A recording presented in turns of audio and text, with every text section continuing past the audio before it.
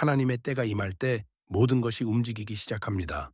사랑하는 여러분, 은혜와 평강이 함께 하시길 축복합니다. 하나님은 너무 조용하셨죠. 아무 일도 없는 것 같았죠. 기도해도 응답이 없고 기다려도 변화가 없고 모든 것이 멈춰 있는 것 같았습니다. 얼마나 오래 기다렸습니까? 얼마나 많이 부르짖었습니까? 그런데 바로 지금 하나님은 당신의 인생에서 모든 것을 움직이기 시작하셨습니다. 여러분이 보지 못했던 그 시간 동안 하나님은 모든 것을 준비하고 계셨습니다. 여러분이 느끼지 못했던 그 순간들에도 하나님은 일하고 계셨습니다. 그리고 지금 하나님의 때가 임했습니다. 오늘 저는 하나님의 때가 임할 때 어떤 일이 일어나는지 그 놀라운 움직임에 대해 여러분과 함께 나누고자 합니다. 이 말씀을 들으실 때 여러분은 지금 이 순간 하나님께서 여러분의 인생에서 모든 것을 움직이고 계심을 깨닫게 될 것입니다. 첫 번째 진리, 하나님의 때는 절대 지연이 아닙니다.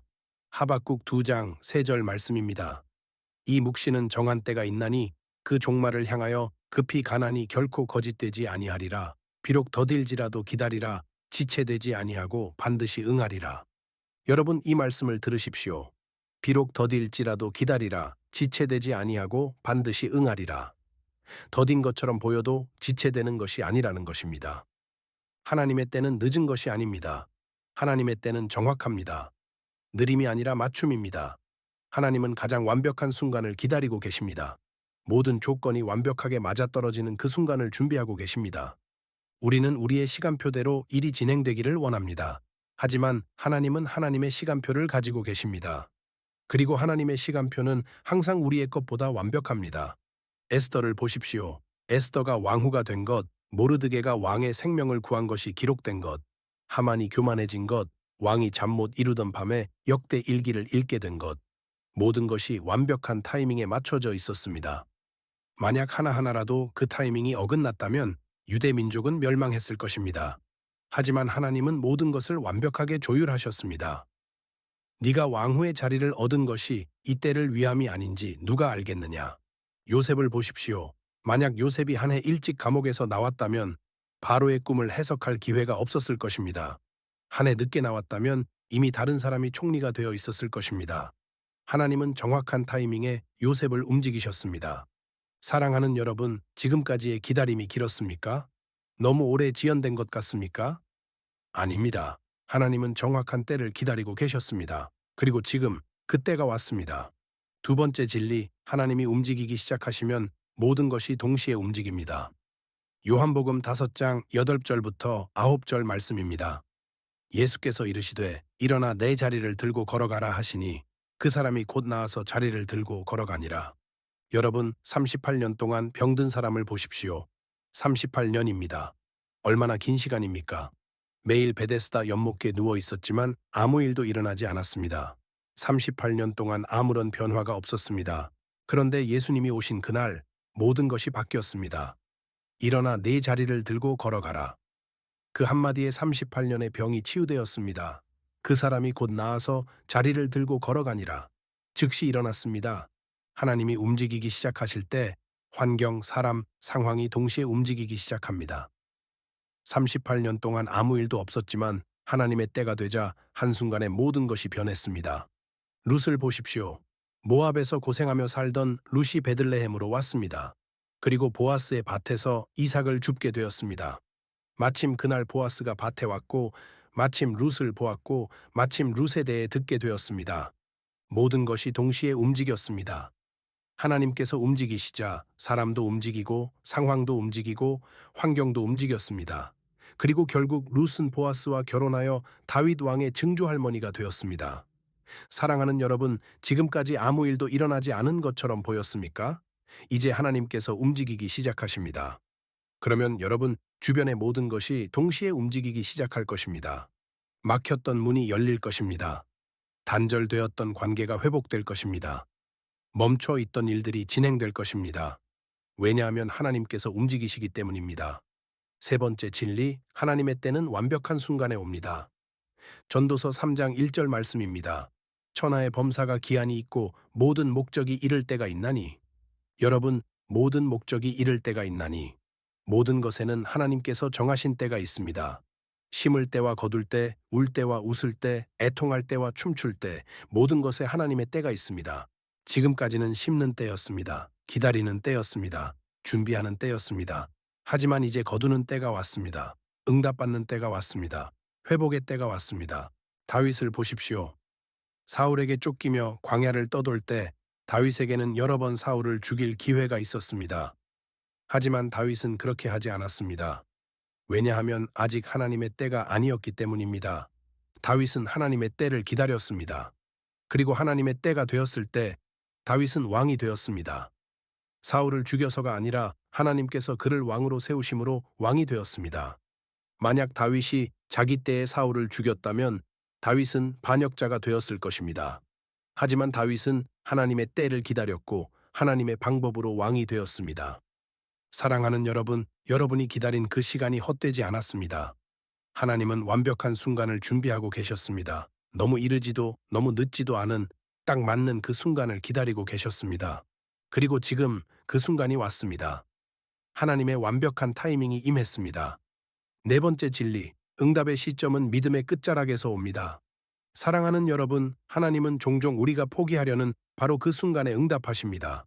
우리의 믿음이 한계에 도달했을 때, 우리가 더 이상 갈 수 없을 것 같을 때, 바로 그때 하나님이 나타나십니다.